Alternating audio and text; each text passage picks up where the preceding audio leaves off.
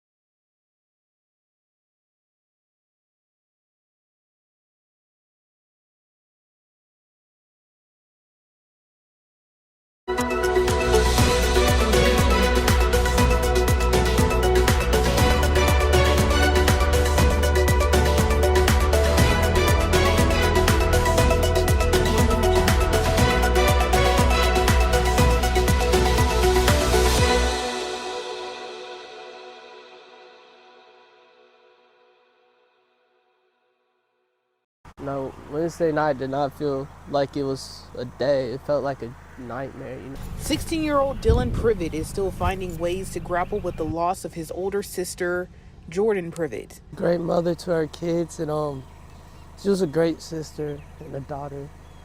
She was just always happy.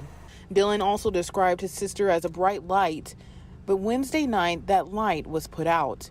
Kershaw County investigators say Privette was shot in the head by her fiancé, 21-year-old Matt Griffin Jr., someone who Dylan says was very close to the family. He was okay, he lived with us for a couple years, and, he got close with us. And that's what made it just more devastating that he would do that. Because he basically watched me and my little brother grow to, teenagers, and it's just I can't believe, it's just still in my head that why would he do that, Kershaw County Sheriff Lee Bone says this wasn't the first time the couple was involved in a domestic dispute. The first reported incident was in 2020 when Griffin was arrested for domestic violence of high and aggravated nature. That incident also involved a firearm. The second reported incident was in 2022, also involving a gun. I guess he's fascinated with guns or something, but he's in the passenger seat of a vehicle and he's playing with a gun he had just purchased, a handgun, and somehow as he's racking the slide, it discharges, goes through his left wrist area and into the driver's side vehicle where Jordan Privette was sitting. Fortunately, they wouldn't drive and they were parked in a driveway. Privette was struck in the chest and had to be taken to the hospital, while Griffin had to be flown to the hospital.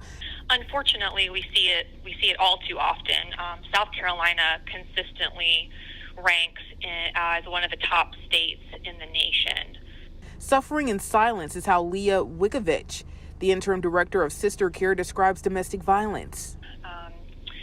According to the Attorney General's office here in South Carolina, the most recent data is that 49 individuals in 2020 were victims of domestic homicide. And that number continues to grow.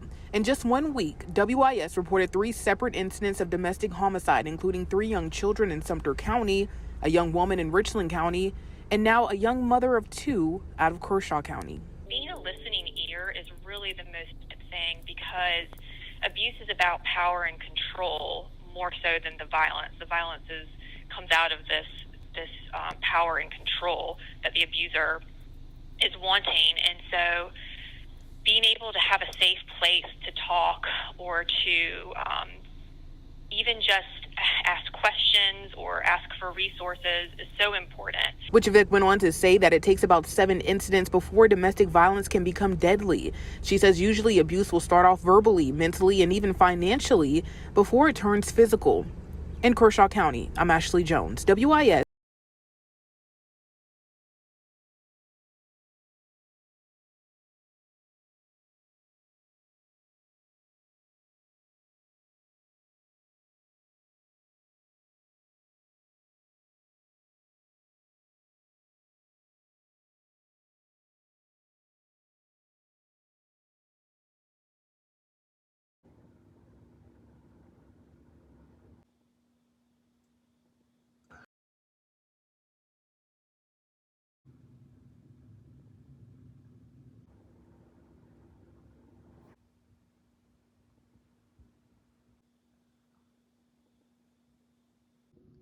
Thanks for watching. We appreciate you. Please subscribe.